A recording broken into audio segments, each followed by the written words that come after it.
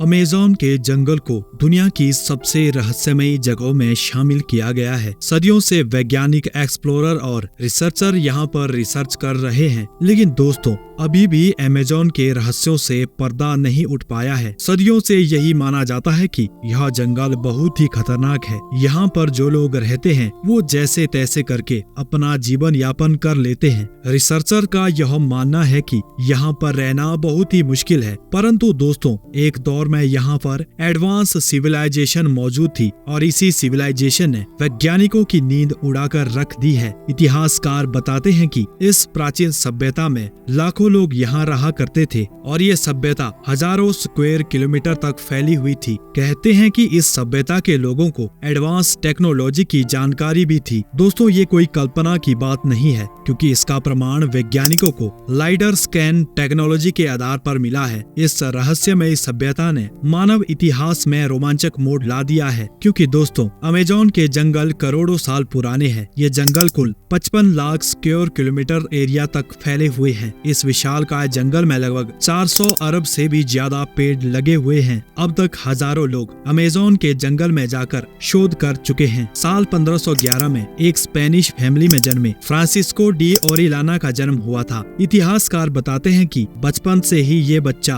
अद्वितीय था। साल 1527 तक इस बच्चे ने सेंट्रल और साउथ अमेरिका के कुछ हिस्सों में एक अच्छी पकड़ बना ली थी। कहते हैं कि इस वजह से चारों ओर फ्रांसिस्को का नाम छाने लगा। ओरिलाना ने सुन रखा था कि साउथ अमेरिका के बीच में कोई एडवांस सिविलाइजेशन मौजूद है। कहते हैं कि उसने एल डोराडो की लॉस्ट सिटी के बारे में सुन रखा था। कुछ लोक कथाओं के अनुसार ओरिलाना को घूमने का बहुत शौक था। उसने सुन रखा था कि साउथ अमेरिका के बीच में एक सोने का शहर है। फिर क्या था, 1541 में ओरिलाना अपने कुछ साथियों के साथ पीरू के पास से एक यात्रा शुरू करते हैं। कहते हैं कि उसकी इस यात्रा को शुरू हुए 10 महीने बीत गए थे, परंतु उसके हाथ कुछ भी नहीं लगा। वो उस सोने के शहर को ढूंढने निकला था जिसका नाम उसने सुन रखा था। कहते हैं कि यात्रा के दौरान उसके दोस्त अस्वस्थ होने लगे थे और उसके पास मौजूदा खाना भी खत्म होने की कगार पर आ चुका था। तभी उसने कोका रिवर के पास खाने की तलाश शुरू कर दी। कहते हैं कि वहाँ उसे कबीले के कुछ लोग मिले।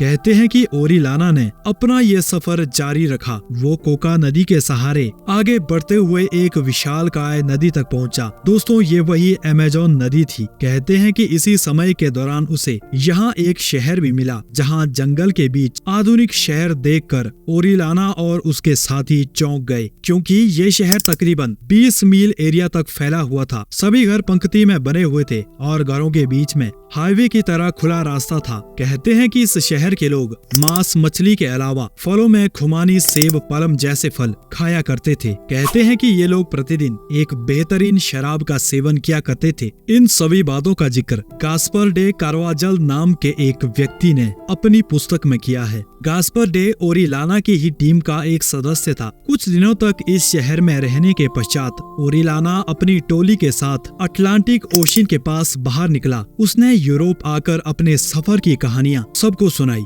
कहते हैं कि ओरिलाना की कहानियों की वजह से ही अमेज़न की कहानी मशहूर होने लगी। कहते हैं कि साल 1545 में ओरिलाना ने फिर से उसी रास्ते पर जाने की कोशिश की, लेकिन कई महीने भटकने के बाद भी वह अमेज़न को नहीं खोज पाया। कहा जाता है कि इसी ख्याल को दिल में लिए 1546 को ओरियाना की मृत्यु हो गई। इसकी मौत के बाद कोई भी अमेज़न के इस जंगल में काफी लंबे अंतराल तक नहीं गया। समय बदलता रहा। फिर साल आया 17वीं शताब्दी का, जब कुछ लोग इस जंगल के भीतर गए। इतिहासकार बताते हैं कि इन्हें वहाँ ना तो कोई शहर मिला, ना लंबी सड़कें, ना वो प्राचीन सभ्यता जिसका जिक्र ओरिलाना की कहानियों में होता था। इन लोगों को यहाँ पर सिर्फ कबीले के लोग मिले। कहते हैं कि अब दुनिया वालों को ऐसा लगने लगा था कि ओरिलाना ने जो कहानियाँ सुनाई थी वो सब झूठी थी। 20वीं शताब्दी में वैज्ञानिकों की एक टीम ने यहाँ की मिट्टी का परीक्षण किया, जिससे पता चला कि अमेज़न की मिट्टी खेती करने योग्य उपजाऊ नहीं है। ऐसे में सेब और अन्य फसलों का उगना संभव नहीं है। सभी लोगों का मानना था कि ओरिलाना की वो कहानी काल्पनिक और झूठी थी, परंतु दोस्तों ओरिलाना की कहानी उस समय सच लगने लगी जब 1992 में अमेरिकन एंथ्रोपोलॉजिस्ट माइकल हैकेनबर्गर कुछ दिनों के लिए अमेज़न के किनारे मोटो ग्रासो में छुट्टियां बिताने लगे। वो वहाँ पर कबीले के लोगों के साथ समय बिताने लगे। इसी बीच बर्गर की मुलाकात कबीले के सरदार से हुई। दोनों कुछ ही समय में अच्छे दोस्त बन गए। एक दिन सरदार बर्गर को एक रोमांचक जगह दिखाने चला गया। ये जगह 8 से 10 फीट गहरी थी और तकरीबन 28 फीट चौड़ी थी। इसके अलावा तकरीबन 1 मील लंबाई तक फैली हुई थी। जंगल के बीच ऐसी जगह देखकर हैकेनबर्गर चौंक गई। ऐसा इसलिए क्योंकि बर्गर ने इस जगह पर मिट्टी के बने कुछ बर्तन देखे, जिसको देखकर हैकेन सोच में पड़ गए कि क्या यहाँ पर पहले के दौर में कोई सभ्यता थी। ऐसे सवाल बर्गर के मन में उठने लगे। हैकेनबर्गर ने अपनी छुट्टियां कैंसिल करके एक इन्वेस्टिगेशन प्रोग्राम लॉन्च किया। तकरीबन 10 सालों तक वह अमेज़न के जंगलों में रिसर्च करते रहे, जिसके बाद साल 2003 में उन्होंने एक रिपोर्ट पब्लिश की और बताया कि अमेज़न के जंगल में 20 ऐसी जगह है जहां पर एक समय में लोग रहा करते थे। इन जगहों के बीच 2 से 3 मील का फासला रहा होगा। सभी जगह हाईवे के जरिए एक जगह से दूसरी जगह कनेक्टेड थी। हाईवे को मॉडर्न स्टाइल में बनाया गया था। हर बस्ती में निकासी के लिए नालियां बनाई गई थी। यहाँ रहने वाली आबादी खेती बाड़ी किया करती थी।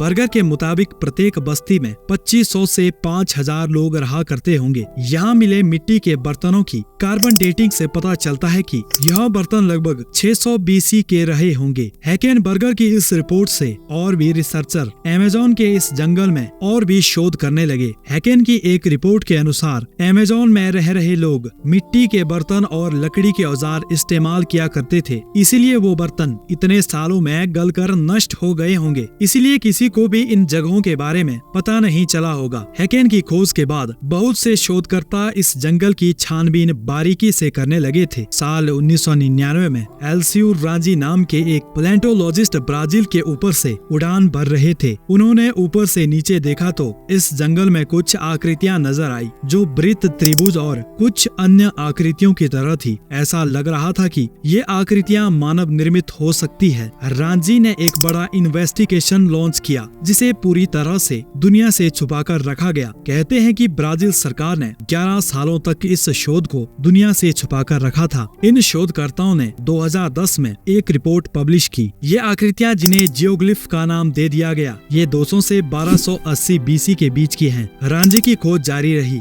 और 2017 तक 500 से भी ज्यादा जियोग्लिफ्स खोजी जा चुकी थी, जिससे एक बात साबित हो चुकी थी कि प्राचीन समय में अमेज़न के जंगलों में एक प्राचीन सभ्यता रही होगी, जहां बहुत सी बस्तियां मौजूद रही होंगी, जहां व्यवस्थित ढंग से लोग रहा करते थे। हर बस्ती रोड के जरिए एक गांव से दूसरे गांव को जोड़ती थी। हर बस्ती में नहर के जरिए पानी पहुंचाया जाता होगा। इस सभ्यता में लगभग 20 लाख लोगों के होने का अनुमान लगाया गया है। कुछ शोधकर्ता इस सभ्यता में 1 करोड़ लोगों के होने का अनुमान लगाते हैं। कहते हैं कि इस दौर के लोग खुशहाल जीवन जिया करते थे। परंतु दोस्तों, इस सभ्यता का अंत कैसे हुआ होगा, इसका कोई सटीक अनुमान नहीं लगा पाया है। कुछ इतिहासकार बताते हैं कि यूरोपियन ने जब यहाँ पर कदम रखा तो वो अपने साथ इन्फ्लुएंजा और स्मॉल पॉक्स जैसी बीमारियां भी साथ में लेकर आए। अमेज़न के जंगल में रहने वाले लोग इस खतरनाक वायरस का शिकार बने, जिससे इस सभ्यता का अंत हो गया होगा। कुछ लोग बाढ़ को भी इस सभ्यता के अंत का कारण मानते हैं। आपको कौन सा कारण सटीक लगता है, कमेंट करके जरूर बताएं। ऐसी ही इंफॉर्मेटिव वीडियोस को देखने के लिए चैनल को सब्सक्राइब जरूर करें। Thanks for watching.